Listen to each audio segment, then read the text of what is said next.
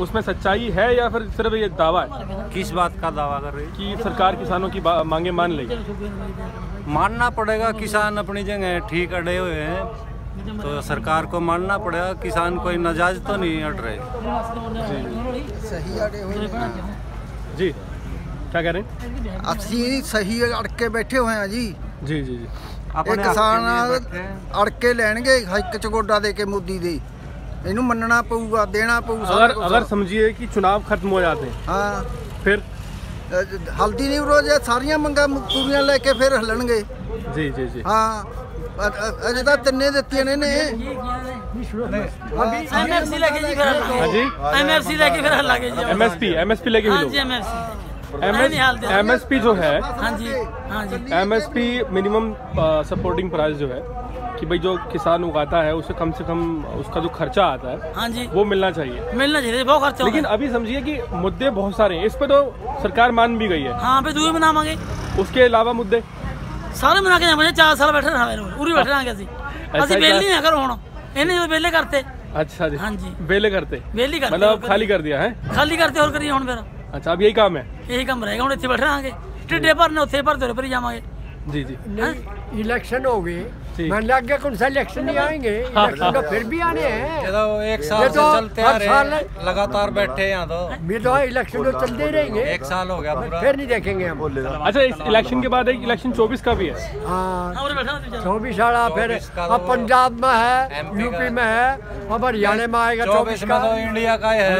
फिर उसमें ये बीच के कट दे रहा है ना जी। 24 में लोकसभा चुनाव है। हाँ बिल्कुल।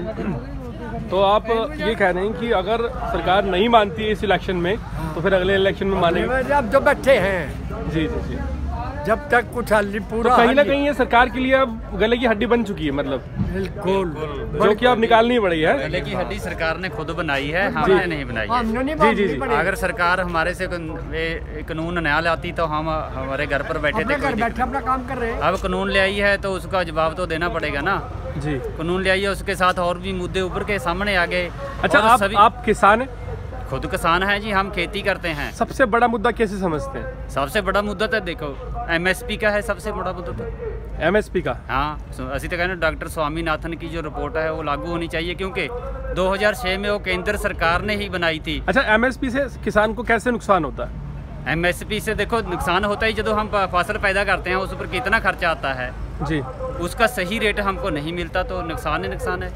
अच्छा, अगर आप एमएसपी की बात करते हैं कि उससे नुकसान होता है, तो जो बिजली कानून की बात हो रही है किसानों के लिए, हाँ। जो कमर्शियल रेट पे दी जाएगी, कमर्शियल, उससे क्या नुकसान होता है? वो कोई व्यापार थोड़ी है। हम तो देश के किसानों, देश की जनता के लिए अनाज पैदा कर रहे हैं। मैं वही आपको समझाने की कोशिश कर रहा हूँ। जहाँ किसानों का कहना है, जो हमसे बात हुई है, हाँ। कि भाई 6 रुपये यूनिट के बाद 250 यूनिट के बाद सीधा 12 रुपये यूनिट हो जाती है। हाँ, तो उसमें वो तो शायद एमएसपी से बड़ा नुकसान हुआ किसान का। हो गए तो नुकसान है वो, जो हम अनाज पैदा करते हैं वो अपने लिए नहीं करते, देश के लिए करते हैं। इसलिए हमको तो बिजली फ्री होना चाहिए। हमारे पंजाब में है भी, सभी देश में फ्री होना चाहिए। हाँ, बिजली में पंजाब में बहुत राजनीति होती है, अभी तो खासकर ज़्यादा हो रही है कि 300 यूनिट फ्री, 400 यूनिट फ्री, और बहुत सारी नहीं खेती के लिए है जो फ्री है, जो दूजी है उसका नहीं हमको कोई मतलब। हम तो खेती की बात कर रहे हैं। अच्छा, खेती के लिए बात करें। नहीं, हाँ। मैं जैसे कह रहा हूँ कि चुनावी जो मुद्दे हैं, हाँ। वो पॉलिटिकली अगर आप देखें तो इस बार बड़े अजीब से निकल के आए हैं पंजाब की, अगर खासकर बात की जाए। एक तरफ कैप्टन अमरिंदर सिंह कहते हैं कि जो हमारी सरकार आई तो हम रेट कम कर देंगे। दूसरी पार्टी कहती है कांग्रेस की, अगर हमारी सरकार आती है इस बार तो हम उसको 300 यूनिट फ्री दे देंगे। आम आदमी पार्टी बोलती है कि अगर हमारी सरकार आई तो हर महिला को 1000 रुपये देंगे। ये तो वोटा का मुद्दा जी, वोट लेने के बाद पता नहीं क्या करेंगे हो क्या नहीं करेंगे। नहीं, जैसे एक बड़ा मुद्दा बना दिया गया कि 1000 रुपये हर महीना हर महिला को, और वो भी उस प्रदेश में जहाँ पर ज्यादातर किसान कर्जे की मार झेल रहे। वो कहने की बात है, जब मोदी 14 में आया था वो बोला था 15-15 लाख हर एक के खाते में पा दूंगा, तो कैसे हो जाएगा? महिलाओं को लेकर अरविंद केजरीवाल ने जो वादा किया था, हाँ। दिल्ली में, हाँ। कि बस की टिकट फ्री कर देंगे। आज दिल्ली में बस की टिकट फ्री है, दिल्ली में जी, महिलाओं के लिए। सिर्फ वोटा के लिए स्टंट है और क्या है? हाँ जी, हाँ जी, हाँ जी। ये तो वोटा के स्टंट है सभी। तो अब पंजाब में मान लीजिए 1000 रुपये महिलाओं को मिल गया हर महीने। नहीं मिलेगा। नहीं, वो अगर कहते हैं कि दे देंगे तो वो दे देंगे। अच्छा, तो फिर क्या करेंगे? नहीं देंगे, हम नहीं मानते ये बातों को, नहीं मानते? नहीं बिल्कुल नहीं, ये झूठ बोलते हैं, जुमलेबाज सब जो भी सरकारें हैं। हाँ जी। कल्ला मोदी जुमलेबाज नहीं, जितने भी सियासी लोग हैं सभी जुमले दिखाते हैं जनता को जी। और वोट लूट कर फिर कूटने के लिए तैयार हो जाते हैं। तुम्हारे सामने है, 1 साल हो गया हमारे को यहाँ बैठे को। जी जी जी। हैं कितना खर्चा हमारे पंजाब के सभी देश के किसानों का हुआ है, अरबों रुपये का, खरबों का नुकसान हो गया, कितनी जानना चलिए। ये जो आप बात बोलते हैं कि नुकसान हो गया, आप जरा साथ में आ जाइए, जो आप बोलते हैं कि नुकसान हो गया है ना, तो ये हम समझते हैं भाई किसानों का नुकसान हो गया। और आज चुनाव आए जब 5 राज्यों के, तो हर राजनीतिक पार्टी बोलती है कि जी हम जो हैं, जो जिनकी जान चलेगी किसानों की, उन्हें कोई कहता है जी 4 लाख रुपए, जैसे सरनजीत सिंह चन्नी का बयान आया कि 4 लाख रुपए पर व्यक्ति और सरकारी नौकरी देंगे। और अखिलेश यादव कहते हैं कि अगर हमारी सरकार आती है तो जिनकी जान चली गई उनको 25 लाख देंगे। लेकिन सोचने वाली बात है कि जो लाखों लोग यहाँ पर अभी बैठे हैं, उनके बारे में एक भी राजनीतिक पार्टी का बयान नहीं आ रहा। यही तो दुखदाई बात है। सरकार बड़े ना बड़े कंडीशन। हाँ, वो तो मतलब एक जुमला दिखा रहे हैं अभी हम ऐसे करेंगे वोटों लेने के लिए। जो अब प्रत्यक्ष क्या कर रहे हैं हमारे के लिए।